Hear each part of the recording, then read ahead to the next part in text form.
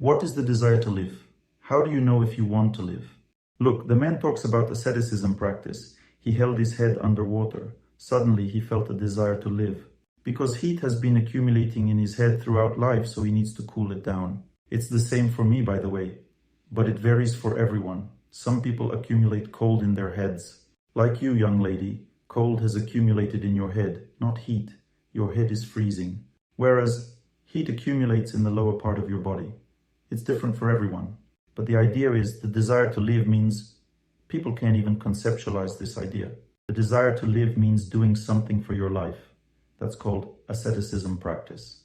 That means making some effort to live. And I will now tell you exactly what efforts you should make. Look, there are 3 types of aging. Suppose when a person starts to gain weight, mucus appears in the body. It's the same type of aging. This is the energy of water. It's not about bad water accumulating in the body, as they say. I need to remove water from my body. No, it's not water. That's how you should perceive excess weight, mucus, or toxins. This is the same energy of aging. The older a person gets, the more they tend to have toxins or excess weight. Some are more prone to toxins, others to excess weight. That's one type of aging. At the first stage, there are just toxins or excess weight. At the second stage, benign tumors or cysts appear. And at the third stage, malignant tumors develop. This energy has 3 stages. This is how the energy of time makes a person old. Everyone has a predisposition to one of the 3 types of aging. There are 3 types of human rejuvenation. Everyone knows them. I'm just going to talk about them more seriously now. So, remember, if you're prone to gaining weight, or constantly have mucus in your throat or nose, or if you often catch colds, or if you experience some indigestion, rumbling in the stomach, this means you need to do 2 things to prolong your life. First is prolonged, monotonous, calm movement, and second is fasting. Moreover, speaking of human rejuvenation, when the sun rises, while it is rising, the body heals during this time. When the sun sets, during this time, the person rests from healing. Therefore, all healing should be done only in the morning and until noon. The rest of the time is not meant for healing. Of course, there is calming treatment, say when a person needs to relax, then this treatment happens in the evening. But if we are talking about rejuvenation and we want to rejuvenate our bodies, cleanse them of something, then all body cleansing only happens in the morning. So, the first type of aging. I've gained a little weight, let's say. That's aging. Gaining more weight means aging more. And if you've gained a lot of weight, then wait for benign tumors next. Benign tumors appear. Expect malignant ones next. Often people say it's viruses to blame, it's parasites to blame, always someone to blame, but it's just life itself. There's energy of time, it acts, and we gain weight faster than before. Little kids run and jump, they don't gain weight. Some gain weight faster, which means their aging is also faster. This is a red flag. The second type of aging consists of 2 aspects. The first aspect is internal tension in a body. Tension is an invisible thing, but you can recognize it by the following symptoms. One can't sleep, has headaches, joint pain, spine pain, bones hurt, constipation starts, varicose develops. All these are signs of tension. The second type of aging occurs through the energy of air. There's the energy of water, that's excess weight. The energy of air brings tension. And the second type of aging through this energy is when a person feels stiff. Suppose I can't scratch my back anymore, can't bend over. It's not that it hurts, just can't flex. My neck becomes less mobile. So the body stiffens gradually. The stiffness and tension are 2 types of the same process of aging.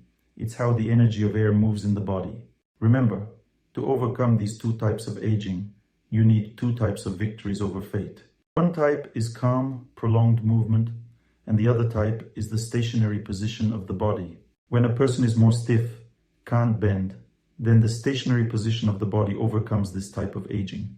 When a person has internal tension, has headaches, pain in joints and spine, can't sleep, has strong desire to smoke, smoking also comes from tension, then you need more prolonged movement. But static exercises are also needed in such cases. I'll explain how to do everything correctly later. Right now, we're just having a general discussion.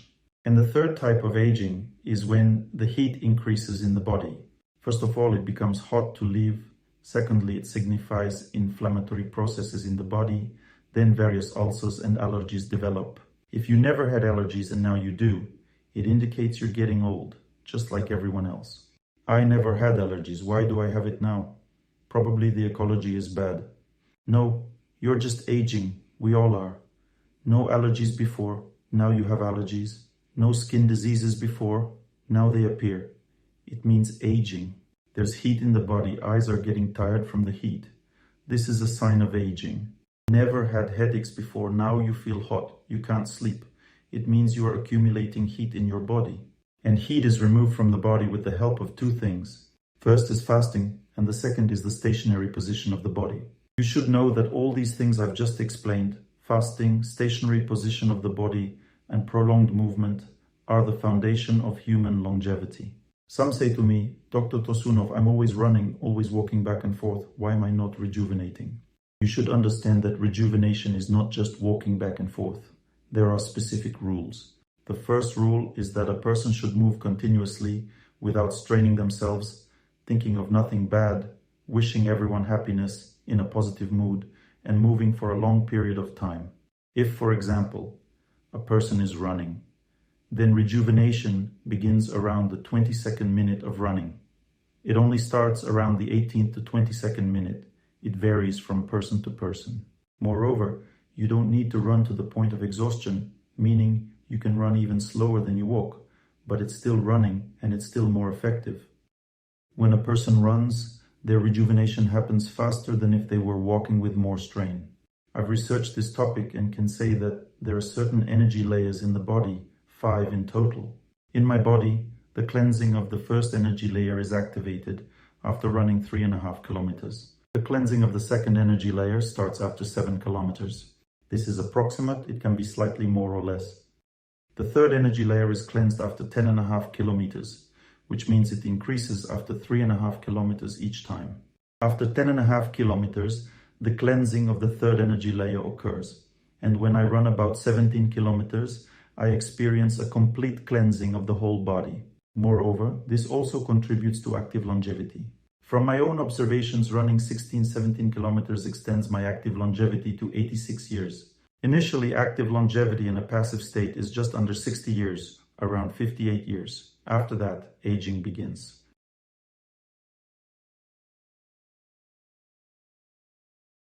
For about 1 hour and 50 minutes of running, it's roughly 17 kilometers, longevity increases to 86 years. But this doesn't mean I will definitely live that long, because after 2-3 days it decreases again. Then I run again and it increases. Time influences this, and I also influence it with my efforts. It's a struggle. Now I will talk about my body. I am trying to understand and don't understand everything. I thought yoga and fasting were enough to be healthy. I've been practicing yoga since I was 12, my whole life. I've also been fasting for about 20 years. I don't eat until noon. I practice water fasting. And about 2.5 years ago, I developed shortness of breath even while walking. I was walking and felt like I was suffocating. I wondered why this was happening, since I had been practicing yoga. Once when I was running between 2 terminals at an airport, I mixed up the terminal for my flight boarding, and with little time left, I had to run. After running just 500 meters, I was completely out of breath. And that's when it hit me. I realized my body was aging. That's when I understood that I was neglecting something for myself, and I started to run regularly. Before, I didn't run because I believed in a false theory. There's a theory that frequent breathing shortens your lifespan, so the idea is to breathe less, live longer. I believed that, and it was my mistake. It makes sense if you're a yogi sitting in the Himalayas doing nothing, then you can breathe less and live longer. But in our situation, it doesn't work. Essentially, the idea is that I started running. At first, I ran 500 meters each day and it felt fine. Gradually, I began running more, around 1 to 1.5 kilometers. And after 1.5 kilometers, I got my second wind. I felt lighter and my breathing got easier. It was then that my body's cleansing began, which I only understood later. Later, as I started running about 4.5 to 5 kilometers, it depended on the weather. Everything changed. I got my second wind again. After about 10 kilometers, the third time, I felt I got my second wind again. And after 14 kilometers, the fourth, and then a fifth time. So the return of the ability to breathe means it became easy, as if I hadn't run at all. I began to analyze this, trying to understand, and I saw that the body cleanses on different levels. There are various energy layers with distinct functions. The second energy layer is generally associated with human skin and subcutaneous tissue. And the skin heals at the second energy layer, so you run 5 kilometers and your skin is already healing. If you want to heal your blood vessels, you need to run 8 kilometers, as the vessels are on the third energy layer. If you want to heal internal organs, that's the fourth energy layer, you need to run 14 kilometers. You need to run about, let me calculate, 3-4 kilometers for the first energy layer, then 7-8 for the second, then 10.5 kilometers for the third layer, and 13-14 for the fourth layer, 16-17 for the fifth layer. So, if you want to heal internal organs, for example, if your thyroid is affected, you need to run about 14 kilometers. And if you want your nervous system and hormonal functions to heal, that's up to 16-17 kilometers. I've tested all this on myself because now I run 17.5 kilometers, just enough to cleanse all energy layers. I started running not long ago, increasing very slowly because overdoing it even slightly can lead to stress. How I was doing it: I started by running 500 meters each day. Then, when I started running about 3 kilometers, I realized my body couldn't recover fast enough, so I began running every other day. Later, when I was running about 5-6 kilometers, I realized I needed to run every 2 days because my body wasn't recovering. When I was running 10 kilometers, I understood I needed to run every 3 days, on the fourth day. And when I started running 16-17 kilometers, I realized I need to run once every 6-7 days. So I run after 6 days have passed. When a person starts moving, their body becomes more supple. What changes I felt in my body? First, at 50 years old, I had trouble bending down. It was difficult, and I groaned as I bent. Not that I couldn't, but it was hard. There was stiffness in the body. I would bend and groan. Now it's easy for me to bend. How old are you now? I'm 52. I've been running for 2 years. I'm telling you what happened in those 2 years. In 2 years, I increased the distance from 500 meters to 16 kilometers. Gradually, I wasn't overdoing it. Further, my shortness of breath passed, and all similar issues. I lost 9 kilograms. Who was at the last lecture? See, I've lost weight. I lost 9 kilograms, became slimmer, lighter. Now it's easier for me to handle trips to travel. Meaning, serious health changes have occurred. Despite leading a healthy lifestyle, I felt changes. Although before that I always practiced yoga and therefore I had no stiffness in my body. Yoga removes stiffness. Static exercises remove stiffness. Since I practiced fasting, I didn't gain much weight and neither malignant nor benign tumors developed. But because I didn't run, I developed tension in my body, which was growing. It means running removes tension. Suppose someone has a mental illness, that's also tension in the body, and it is specifically cured by movement. If a person walks for a long time, it's not necessary to run. It has the same effect. It just takes more time to feel the effect. You have to walk more to fully cleanse the body. But even if a person cleans just one energy layer, they overall become very strong. If a person walks about 78 kilometers a day at a fast pace, it is enough to stay healthy. But at the same time, one must rejoice and enjoy life while walking. I will tell you more about how the body recovers through this asceticism practice of movement or standing still. About static exercises, you should start by simply just standing still. But what if my veins hurt? How can I run? The veins hurt. Listen to me about the pain. When I started running 5 kilometers, my hip joints hurt, and my friends told me not to run because the joints would wear out. It seemed a bit strange to me because they compared a human to a machine. Like a car, you replace worn-out brake pads or tires and then continue driving. Similarly, for a person, if joints wear out, put in artificial ones and keep running. This theory somewhat puzzled me. I felt something was off. Despite that, my hip joints ached and I felt it more and more. I constantly felt this pain while walking, and I had a fear that my hip joints might fall to pieces. Some kind of fear emerged, but I didn't give in to that feeling. That's the essence of the will to live, when you don't simply give up. I'll share more details with you later. My hip joints hurt for 6 months. After 6 months, the pain subsided, but then my right knee immediately started hurting. I thought, great, now my knee is going to give out. It hurt for about 3-4 months, and then my left knee began to ache. Then my heart started hurting. Imagine running and feeling heart pain. I thought, am I really that old? But it got better. Now, when I run, nothing hurts. It means everything has healed. Nothing hurts, neither hips nor knees. All joints and spine are fine. When I did yoga, my lower back would get tired. Now it doesn't. When I used to bend over, I felt stiffness. Now there's no stiffness. This means my body has rejuvenated. A woman asked, Dr. Torsunov, my knees hurt. I have polyarthritis. Should I still walk? I said, of course. She said, but they hurt, and the doctors say to walk less.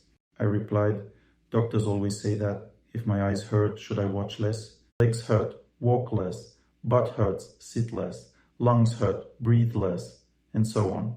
This is the philosophy of people who don't understand how the body works. They essentially recommend live less. That's the classic example. You go to the hospital and say, my joints hurt. They say it's incurable. Pills can only relieve the pain but won't help the joints. So get used to it. Just get ready for death. Here's an example. I entered a challenging astrological period related to my right eye. I've mentioned today that I committed a sin, which led to illness. My eye kept straining more and more.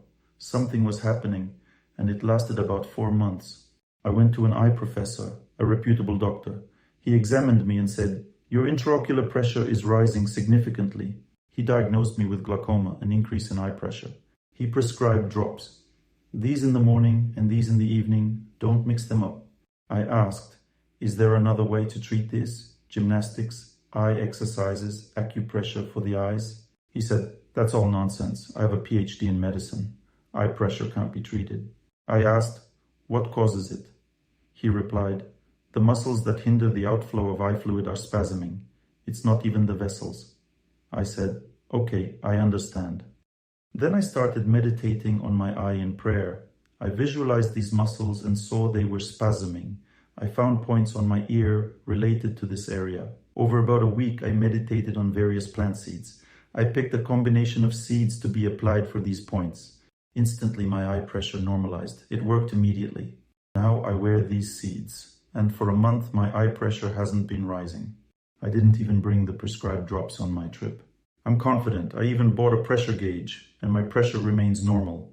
If any of you have rising eye pressure, you can talk to my assistant. We'll do the same for you. I know how to treat it. I've tested it on myself. You'll be using ear patches instead of eye drops. The bad period will pass and the eye strain will cease.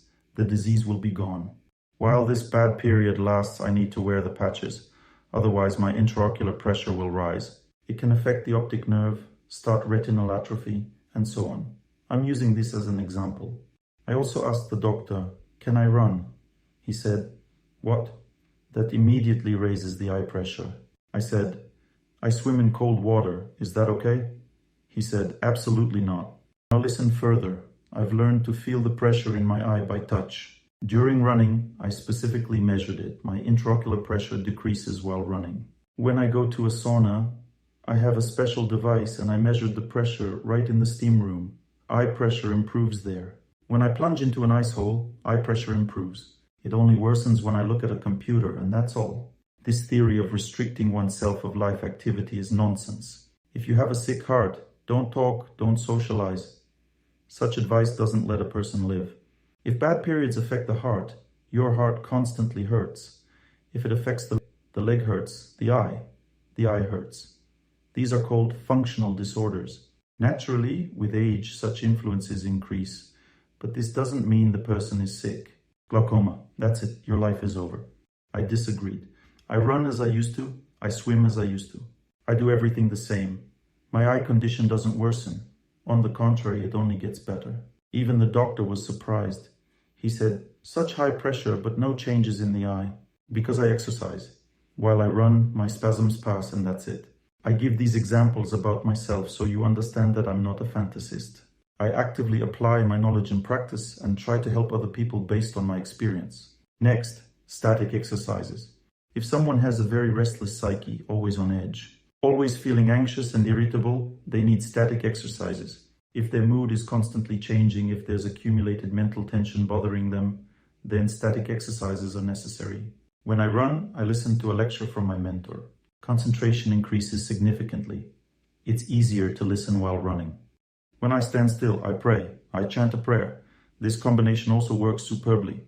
Some people say, I can't do yoga, my body isn't flexible, but that's not necessary. In Orthodox churches, during the night vigil, people stand motionless all night.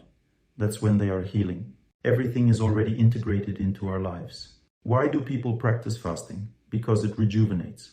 Why do they stand still during services in churches? Because it heals. When a person stands motionless for 13 minutes, the body begins to cleanse. At this moment, they go through certain stages. A person stands still or does some exercise. There are certain stages. Once all these stages are passed, the body starts to cleanse. The first stage, the body goes numb. The second stage, a feeling of heat or tingling appears in the body. Not quite tingling, but an uncomfortable sensation appears. The third stage, the body becomes stiff, as if paralyzed.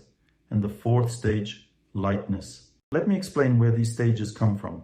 At the first stage, the body becomes numb. Subtle energy pierces into the subtle channels, causing numbness. The subtle energy accelerates, disrupting temporary functions and causing numbness. Second stage, heat. The energy breaks through. When it does, the tingling starts. The energy begins to move. Third stage, stiffness, meaning the energy has started to move, but the channels are not yet ready for it. They struggle to accommodate the faster flow of energy. Then comes the lightness in the body. This means some energy layer has been cleared. Typically, after standing for 13 minutes, a person feels lightness. This means the body has begun to cleanse. It takes about 13 minutes of standing to cleanse the first energy layer. On average, 13 minutes marks the beginning of the cleansing of the first energy layer. Then another 13 minutes, the second energy layer gets cleansed. Even standing for 39 minutes is very beneficial for health. At least your blood vessels will be robust. You will have healthy vessels. Mood is also linked to vessels. A person's emotions and vessels are on the same energy layer. Your emotions will be good. You will have a stable mental health. You won't be nervous or irritable. And if you want to treat schizophrenia, you need to stand for 65 minutes. Next question. When should one stop? For instance, if I start walking and feel it's hard, I stop. The feeling of difficulty will gradually diminish. Let's say I can stand still for 13 minutes. In a month, I will stand for 26 minutes, and in another month, 39 minutes, and so on. Gradually, as the sense of difficulty recedes, it means that the body's reserve of health is increasing. What does static exercise give a person? Simply standing is not enough. If you've been standing for a long time, like 40 minutes, you can make it more challenging. The first addition, sit straight, legs stretched forward, and gradually lean forward. As you relax, lean further, your body relaxes more. Lean more, and also gradually increase the duration of this forward bend. I think 40 minutes is enough for everyone. Leaning forward for 40 minutes speeds up the cleansing of the body, approximately cleansing 3 out of 5 energy layers. The second addition, take the kneeling pose, then simply lean back, standing on your knees. Tuck your feet under your buttocks and lay back. Always, if you lean forward, you must also lean back. You can't just lean forward. It will cause imbalance in the body. Always gradually increase the time. Lean forward, relax, lean back, relax, lie down. I do only 4 static exercises and it takes me a maximum of 2.5 hours. I lean forward, lean back, arch back. I don't remember what this exercise is called. I stand on my neck. I believe this exercise is called the plow pose. That's one exercise. Then the second, I bend forward. The third exercise, I lean back. And the fourth exercise, headstand. That's all. I don't do anything else. That's enough to stay healthy. You don't necessarily need to stand on your head, just forward and backward bends are enough. That's all the yoga you need, nothing more. If people are doing one exercise then another, it's for the tonus. If it's a workout, that's for the tonus. But if you want to rejuvenate, then you should do long bends. You see, that's not very physiological. Or do pull-ups for a long time. But if you walk for a long time, that's physiological. That's why I always keep saying, walking or running is the best exercise for rejuvenation. Bending is to perk up. The same with yoga. If you do some yoga exercises quickly, it's to keep your body energetic. But if you want to cleanse your subtle energy body and alleviate chronic diseases, then you need to do it for a long time. For example, if you do yoga, you are clearing energy channels. Inflammatory processes are treated with yoga. Body tension is relieved with yoga. If you have headaches, venous tension, if your veins hurt, you need to learn to stand still and move for a long time. and then the veins will start to recover. Some say, veins hurt so much that I can't, I'm afraid. If it hurts, it means things are getting worse. No, it means it's healing. It's hurting during the process of recovery. I didn't finish talking about the woman. Her joints hurt. I said, you need to walk. She started walking gradually, and her joints began to heal. She couldn't cure them for many years. She began to walk little by little, then longer and longer. At one point, she first felt heat in her joints. Then they became softer, and then the pain gradually went away. But at first, when she started walking, the joints began to hurt more. She kept increasing the workout, and when they hurt more, she would not walk. When they hurt a little less, she would walk again.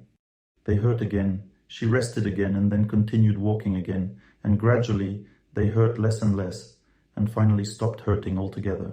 Who has already done this and got such results? Raise your hand. Are there such people in the room? 2 people. Let me tell you something else. I'm telling you the essence of medicine, something that doctors nowadays don't know at all, and this is the foundation. This is how you should be treated. This is how people should live. Everything else is just additional help. Let me now tell you about our years of experience working with people. For a long time, over 20 years now, I've been treating people using herbs, stones, different parts of trees, through diet and spices. I have studied all these things very seriously, and I noticed the same feature. When a person starts treatment, whatever the treatment is, sooner or later it exhausts them. The person is treated, and after a while one gets tired and can't continue this treatment. Then we prescribe another treatment, and it exhausts them even faster. And then comes a time when a person can't be treated with anything, everything exhausts them. We tailor everything to the individual. At first I couldn't understand what that was all about. And then it hit me. It turns out there's a reserve of certain energy in the human body. How do you spend it? What does treatment with herbs, stones, whatever mean? It's all about the distribution of energy. I applied the seeds and they just removed spasms, distributed energy in the body. That's all. But if there is no energy in the body, no one can distribute it for you. Remember, energy only comes into the body through asceticism practice, standing still, fasting, or moving. This is the energy for healing. It turns out the body charges up like batteries. This happens through a positive attitude and asceticism practice. These types of asceticism practice charge a person to live longer. And all types of treatments, whether you want to be treated with herbs, stones, trees, or acupuncture, you need to absorb and distribute this energy. Suppose you need to distribute energy. I'll tell you how it works, what kinds of treatments there are. We'll talk about this too. But if you want to have energy for healing, you need to do what I just told you. Because without this, nothing will heal you. This is our 20 years experience. And when we started telling people this, they stopped being overloaded and the method stopped overloading them. People can be treated for a long time and they don't get tired of treatment. Because fatigue means depletion, we distribute the energy. And when the energy runs out, there's nothing left to distribute. Turn off the computer from the power supply when it is working. The energy stops being distributed because there is no electricity. Let's see, off the top of your head, we won't do this for long. What are you lacking? All right, raise your hand. Miss, what's concerning you? You raised your hand. Look, your body is getting overloaded, a bit overheated and stiff. Overheating plus stiffness means you need to move, do static exercises and fasting as well. But what you need most is movement, because you mostly have dynamic tension in your body. That means you need to eliminate this dynamic tension. You're not gaining much weight, so fasting isn't very necessary for you. You don't accumulate toxins much.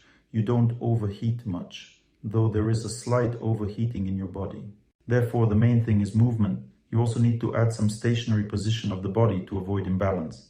And you, ma'am, have strong tension in your body. I don't even need to ask, I can feel it. You need a lot of movement and static exercises. Then fasting is also necessary as you do gain some weight. What if my heart slightly hurts when I run? If your heart slightly hurts, it means it's healing. You're highly stressed. Start by walking gently, then gradually increase the pace and begin running. Plan it over a couple of years to gradually build up. Look, I'm making a specific prediction for her right now. Once you start walking more than 6 kilometers or running more than 4 kilometers, your heart will stop hurting. But you must run calmly, without straining or forcing yourself. Not so that you run 4 kilometers and the sensations in the heart stop immediately. On the contrary, that could make things worse. So run joyfully and comfortably as much as you like. When you feel like stopping, then stop. And gradually you can do more and more. You're experiencing strong overheating. You need some static exercises and fasting. This man, for example, has increasing overheating and excess weight. It's always better to run. Everything else is artificial. The more natural the movement, the better. When you run, it's as if you enter a sleep-like state. If you run long enough, you'll feel as though you're starting to sleep in it. Believe me, when you walk, you won't fall asleep. But when you run, you just switch off. I didn't know why, but now I understand that there were such longevity practitioners in ancient culture, known as running yogis. They ran at night and slept simultaneously, running in their sleep, so to speak, running and dozing off. It's a kind of semi-sleep where they remain aware and see everything, and they could run up to 100 kilometers. And they had robust health. Some sit motionless in the Himalayas. They too have robust health. I have a photo of a man who lived to be 256 years old. I can determine the age of a tree when I see it. I can tell when it was planted. We even tested this, and I said exactly how old the tree was. With people, if I focus, I can also tell their age. I looked at this man and could see that he definitely lived 256 years. Can you imagine? He did these things, and additionally, he ate only raw roots. He lived in the mountains, went up high, dug up roots, and ate them fresh once a day, and ate nothing else. All right, dear friends, that's enough. I know you'd like me to say something about each of you, but we need to wrap up the lecture. I'll just tell you something else. In ancient culture, it is said that there are 5 elements in nature. We're not talking about diseases of the body right now. We're talking about charging batteries. Let's discuss the batteries now. Let's say a person lacks optimism, immunity, and lacks iron in the blood. They have poor vision, bad digestion, and their bone marrow isn't functioning properly. This means they lack the energy of the sun. It doesn't mean they live in Siberia or Banal, where there is little sun and everyone has weak bones. The energy of the sun isn't just the sun itself. There's the visible sunlight that's strong in the south, but the subtle sunlight is the same everywhere, both in the north and the south. This subtle sunlight is absorbed through optimism or a positive mood. The sunlight gives joy. Ancient people knew that to rejoice means to take the sun from somewhere. If you don't have it, how can you give? To take the energy of the sun and to give it. Grains mature in the sun and give people solar energy. Therefore, they are digested only at noon, during lunchtime when there's a lot of sun, and in the evening and morning, they are digested poorly. I'm just telling you, when a person starts to love people, starts to be joyful, and when one runs in nature, is joyful and wishes happiness to everyone, at that time, one absorbs the sun even if there are clouds in the sky. The sun rises, birds sing, whether there are clouds or not, they always sing. The sun rises, people wake up. Why? Because the sun rises. They don't see the sun, but it's there and it acts. If people feel intense stress, if they can't sleep, if they smoke, can't relax, if a person is tired, overstressed at work and so on, it means one lacks the energy of the earth. The earth relaxes a person, puts to sleep, calms, relieves stress. If people feel that they cannot communicate with anyone, have dysfunction in the body, arrhythmia in the heart, there are dysfunctions everywhere, in stomach, in appendages. It's hard to talk. They talk and get tired. One has no harmony with nature, dislikes the weather.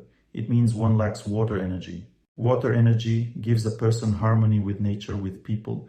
It makes the body function harmoniously. Water brings harmony in the body. If a person feels a lack of concentration, low work capacity, low tone, lethargy, weakness, it means there is a lack of air energy. If someone feels impatient, lacks calmness in life, is constantly stressed, it indicates a lack of the energy of trees. So all these types of energy enter a person very simply. You don't have to think about what is missing. Just engage in static exercises, fasting or moving, running, but do it positively and try to do it all outdoors. If you fast, make sure to take a little walk. And when you go outdoors where there is nature, earth, sun, water, at that time your body will get what it's missing.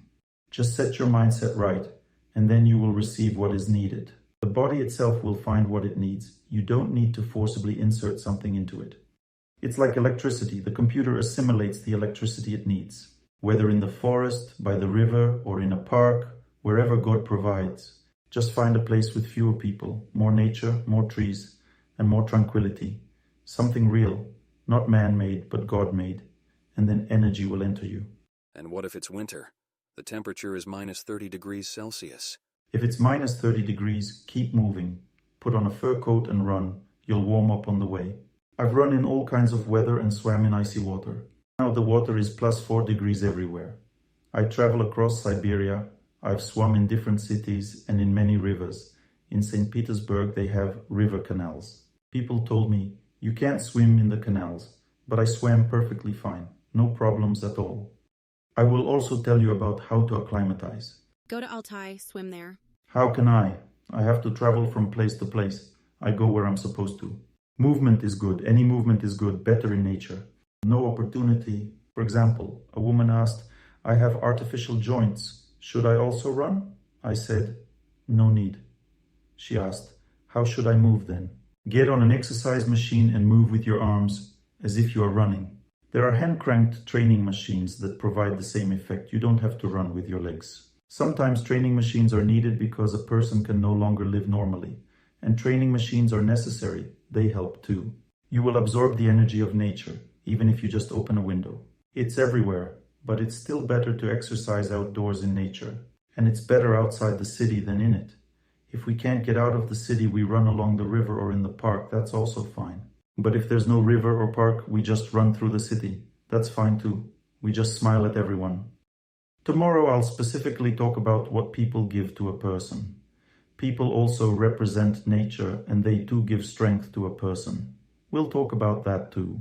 I'll explain you something very important. Now listen to the most useful thing. There are 3 types of energy that overcome fate. Nature gives a person health. That's the first type of energy. The second type of energy, people. They give a person social development. This means marriage, work, social status, money, and so on. If a person loves nature and moves in nature, one gains health. If a person loves people, one gains a strong family, job, power, everything one wants. This is simply the power of relationships with people. If a person loves God, then they can overcome insurmountable obstacles, which are impossible to overcome. They all are surmounted with the help of God. And now I will tell you how I've been overcoming obstacles in life for many years. I've been doing this for 20 years. This method comes from ancient culture. At first I tried to pray by myself, trying to remember God, and I realized that I was somewhat weak at it. I decided to use another method that children used in spiritual schools since ancient times when they learned to pray. The method is as follows. The elder speaks, and you intensely listen to the mood of their voice, how they speak, not necessarily mimicking their speed or rhythm, but their mood, and you start to repeat exactly as they do. At that time, a person taps into enormous strength, because as long as a person remembers themselves, karma, their fate, acts on them. As soon as a person shifts their thoughts to those who pray and forgets about themselves, at that moment, God starts to change their fate. You need to remember those who pray and repeat the prayer as they do. This is the simplest way to achieve victory over fate.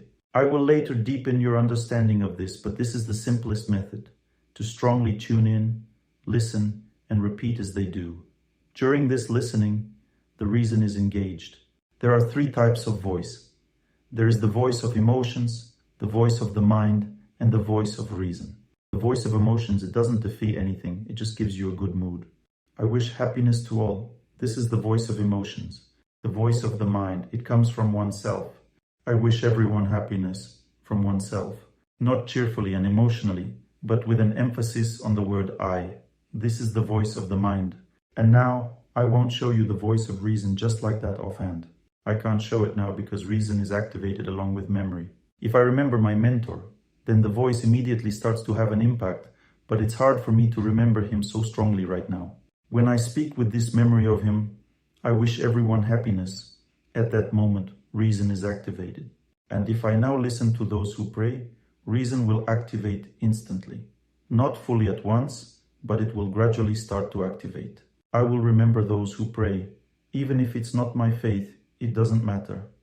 Reason will still activate. Just listen to those who pray. To learn more on the subject of health and healing of the body, please make sure to read my health guide, available for download on my YouTube channel or on my Instagram page. Thank you very much and see you soon.